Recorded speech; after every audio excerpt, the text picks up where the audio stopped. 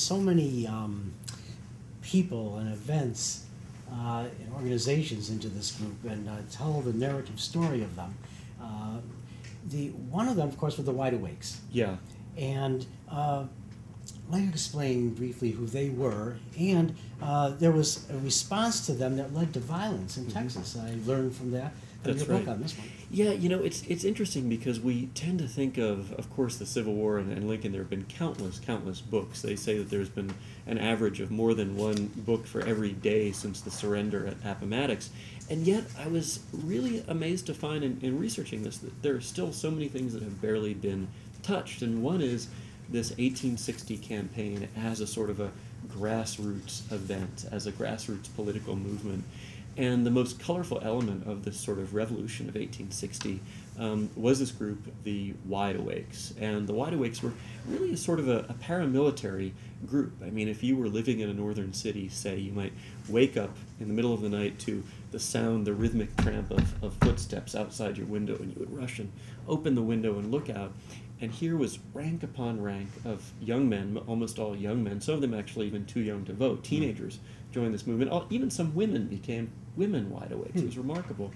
Wearing these long, black, reflective oilskin capes, carrying flaming torches, wearing sort of military-style caps, and marching in complete silence through the streets, marching for Lincoln's candidacy. And the South sort of understandably was alarmed at this. They saw this. We tend to think of the South as a very militarized culture and sort of raring for war, but there were Northerners who were quite militaristic as well. And the South saw this and was very alarmed. And in fact, there was this sort of wave of hysteria through the South that summer of 1860. Sort of rumors that really started in Texas that there had been fires set by abolitionist arsonists working with local slaves. And it turned into a wave of hysteria that actually turned into a terrible series of lynchings where dozens or even possibly hundreds of people, the records are very spotty, were killed, black and white, in the course of these terrible couple of months. So it was just this sort of paranoia and counter-paranoia that was building and building throughout that summer and fall. Were they always marching in silence? I once had the photograph, I guess, of Wide Awakes from New York in Victory, and their band was in front. And all their names are actually put in the back of that, but they did have bands. They did sometimes. There are some wonderful descriptions of them marching in silence through the streets. Maybe that was late at night when they didn't want to wake everybody up. But yeah, they did march in regular parades as well. Well, here's a question that just came in from the internet. We appreciate this, Dave. Hello. Obviously, I will learn the answer upon reading the book, but I'm curious to know if the stories of the various individuals you have chosen will all be intertwined. That is, do they all in some way cross each other's paths as in E.L. Doctorow's historical fiction style? If not, how did you decide upon these particular individuals or stories? Well, some of them do cross paths, but a lot of them don't, and it's an episodic book in some way. Some people have described it as a sort of a pointillist book where you just have these sort of splashes here and there. James McPherson actually said it was Impressionist. Another reviewer said it was Cubist. I don't know which of these schools of painting it is, but it's definitely not a sort of a traditional linear narrative. I come from a journalistic background, and I tend to really respond almost sort of emotionally before I respond intellectually to places and to characters. And so when I was going through 19th century newspapers and I would come across a figure who just grabbed me, it's that sort of reporter's sense of there's a story here, there's a character here. I don't know exactly what the story is going to be, but I'm going to glom onto this person, I'm going to follow him or her, and I'm going to get the story. And that's what I did. Well, I saw that in here, and you can go through and just feel the emotions of the nation at the time, and the various strains of pressure that was there, and feel it build in here as well. I'm going to show another letter. This is written from New York in March 6th of 1861 to Governor Pickens in South Carolina. And fire-eating Pickens. Fire-eating Pickens. And it's written by someone who writes TGL of Maryland at the end. That's how he signs it. And in part it says, I yesterday heard of a plan for reinforcing Fort Sumter, which though not spoken of in official circles, appears so feasible that I doubt not that the government of the U.S. will take it into serious consideration. I therefore deem it my duty to inform you of it.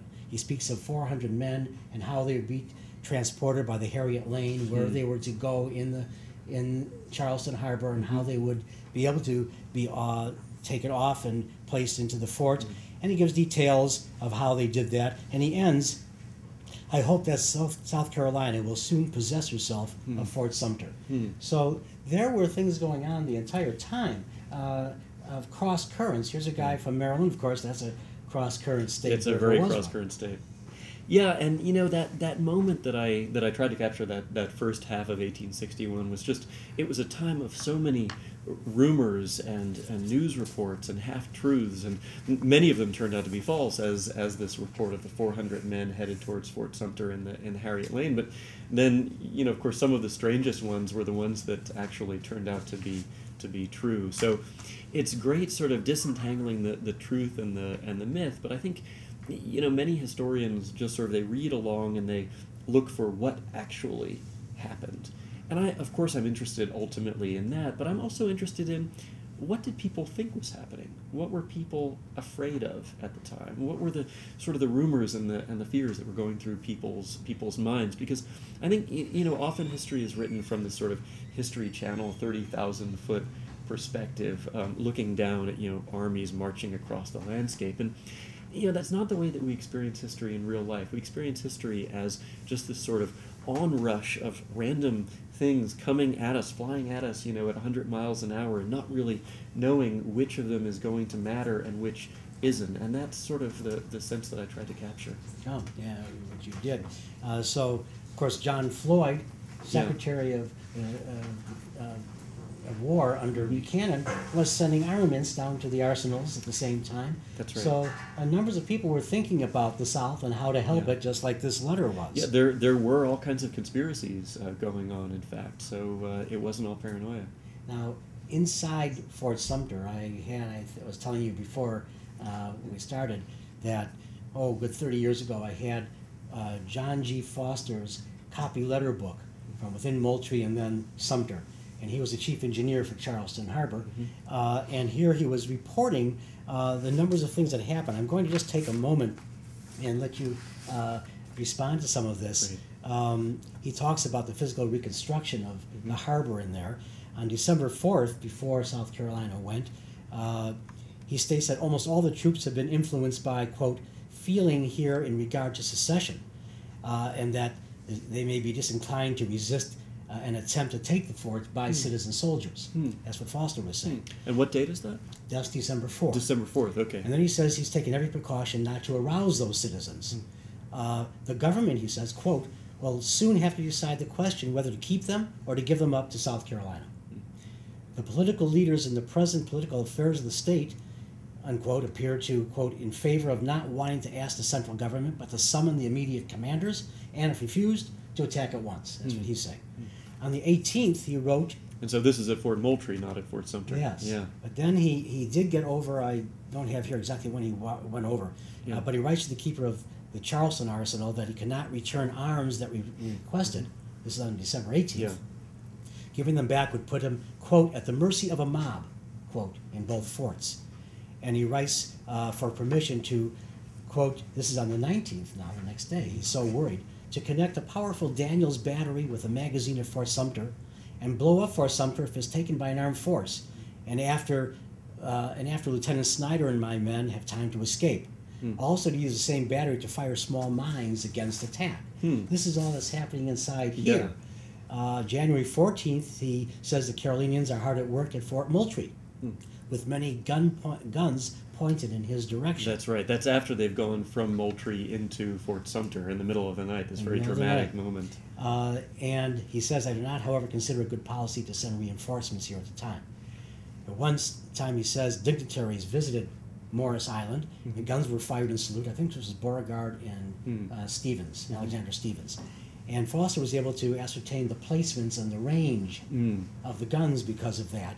At one point, he says, while in practice, A shell fell into Fort Sumter from Morris. The next day, under a white flag, an apology came. Yes, exactly. It was this very, very strange, sort of surreal standoff there. Well, of course, the force at Fort Sumter is just about 60 men and a brass band and some laborers, so they hardly represent much of a military threat to South Carolina, but they were sort of the grain of sand in the oyster of the Confederacy, this irritant that just couldn't be tolerated. And yet, these are people who were very much each other's countrymen, and not just that, but in peacetime, these men in the fort really were almost Charlestonians. They would, of course, come and go to the city all the time. They all had friends in Charleston. There's a wonderful letter, actually, from the same guy, Foster, to a friend of his in Charleston right before the attack on Sumter. And it's a moment when they know that one way or another they're about to leave the fort. It's early April of 1861, and Foster writes to a friend in Charleston. He says, well, before we have to leave Fort Sumter, I must make arrangements to return that mustard spoon you lent me a few months ago. So this is very sort of little prosaic relationships between these men. Of course, Beauregard was the Confederate commander was a former student of Major Robert Anderson, the Union commander at Sumter, and so when Beauregard arrives to take command of the Confederate forces, the first thing he does is to send across a case of fine French brandy and another case of cigars with his compliments and protestations of continued friendship to his old professor at Sumter. And Anderson, very punctiliously as always, doesn't open them much as he would have liked to. I'm sure sends them right back. Well, talking about Anderson, and here we have a That's little amazing. note that, as you were saying, he was deluged really during this period for autographs, and this is one that he's giving right here in Sumter, from Sumter, and he signs it from there. But he had deep Southern roots. Mm-hmm. It's very ironic because here's Anderson, who became the first Union hero, and before the first shot was fired, he was the man who was sort of the lonely bastion of Unionism when so many others in the South had fallen one by one like pawns into the hands of the Confederacy. He was commanding this fort, and so people were writing to him from all over the country asking for autographs, photographs, locks of his hair, this sort of very nondescript, unassuming mid-level officer who also happened to be a Southerner from a slave-owning background and really strongly sympathized with the South. Even when some Southern officers came over to the fort, he said in front of his entire Union garrison, "Gentlemen, you are under no illusions as to where my sympathies lie. They're with the South." Is that why Buchanan and Floyd put him there in the first place? It possibly is part of why they put him there in the first place. Certainly they wanted somebody there who wasn't going to make trouble one way or the other, and Anderson they thought would be that kind of man. Now, Abner Doubleday had his thoughts about him. Yes, and Abner Doubleday was very skeptical. And did he change later on? Give us that relationship. Yeah, well, Doubleday was really the one sort of firebrand abolitionist of these officers at Fort Sumter. He came from Auburn, New York, the hometown of William H. Seward and Harriet Tubman, and was a very staunch pro-Lincoln partisan, a very outspoken man with a sort of bulldog personality. And so he was very suspicious of this sort of cryptic Southerner who took command at this crucial moment, at this crucial point. And he started sending letters in code to his brother Ulysses, who was a Republican campaign operative for Lincoln in New York City. And Ulysses would decode them, pass them along to Seward and Lincoln and other leaders of public opinion around the North, letting them know what was really going on within Fort Sumter. So he believed that Anderson might be playing a double game, but gradually he actually came to respect and even honor his commander when he realized just the staunch sense of military duty that Anderson felt, no matter what his personal sympathies might be. And these are the kinds of characters, Robert Anderson I never expected to become fascinated by, because he's this sort of gray, bland, impassive figure, and yet once I started reading about him, reading some of his personal correspondence, you realize that just there were all of these inner conflicts that were going on under the surface. He was a very tormented man, and I tend to like these tormented, ambivalent figures more than just the gung-ho heroes. Although there are some of them in my book yes, too, and in this room, we'll probably get to him.